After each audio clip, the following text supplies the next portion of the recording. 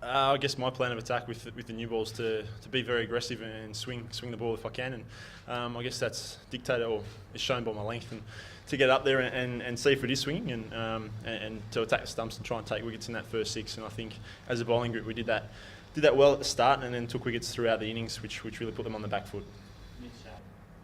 He's okay, so I can say I'm pretty happy with it.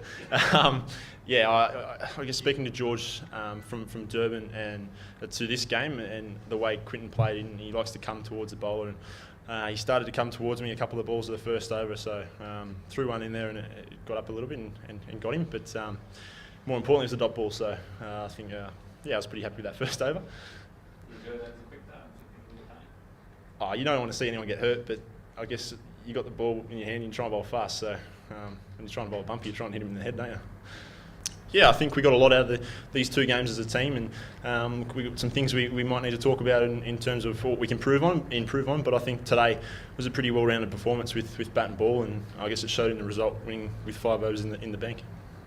Look, I think you've always got to think about improving your game. You can't just rest on your laurels, especially heading into a World Cup. So look, we want to make sure we're doing everything as well as we can in training leading up to that first World Cup game. And as I said before, the two games we've had here on this tour have been nice to have hit-outs and play against a quality team and perform the way we did was a good result as well.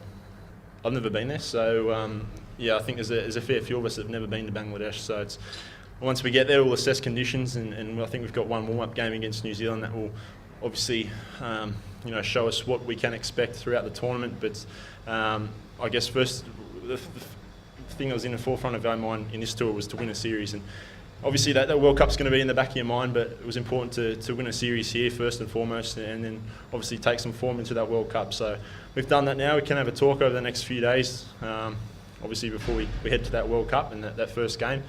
But I think, as I said, we've gotten a lot out of these two games. I think 2020 brings everyone back together. Only takes one performance from anyone to really make their mark on a 2020 game. So I don't think you can, read into the rankings, I guess, if you like, in terms of where everyone sits, especially in a World Cup when one bad performance is going to put you well behind the eight ball. So I guess us as a team, the 3 games we had in Australia against England and then 2 we've had here, it's been great to have some great performances as a team.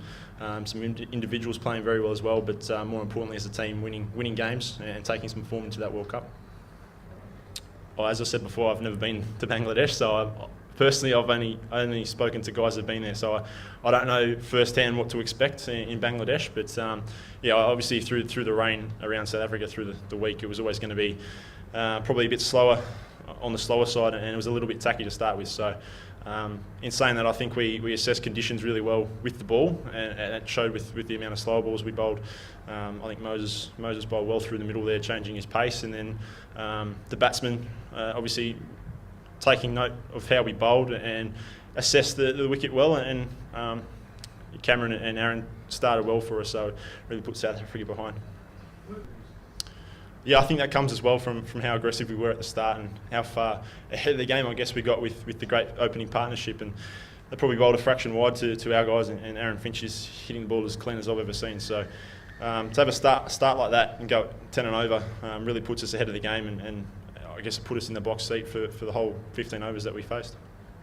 I guess it'll come from assessing conditions again, but I guess that's part of my role is to try and swing that ball early and attack the stumps and try and take wickets. So whether it be come back for an over through the middle to try and take a wicket, or to bowl 2 at the end like I did tonight, it's important as a bowler to be flexible and make sure you're ready to go throughout the 20 overs if called upon. And I guess it's the way I approach 2020 crickets, to be aggressive and take wickets, because as we saw tonight, if you can take wickets in the first 6 especially, but throughout the innings, it's a lot harder to keep swinging at the end. Whereas if you're 2 down or 3 down, heading into that last 5, there's a lot of freedom for the batsman. Yeah, I guess it's something I work really hard at, is my death bowling. I enjoy the challenge. So it's something that I really try to work hard at training. I guess to swing the ball early, but to hit the hole at a death. So in saying that, it's important not to become too predictable, and I'm sure as I play more cricket, batsmen are probably going to wait for that ball. So it's important that I keep working on my slow balls and not becoming predictable. But I was pretty happy with that one.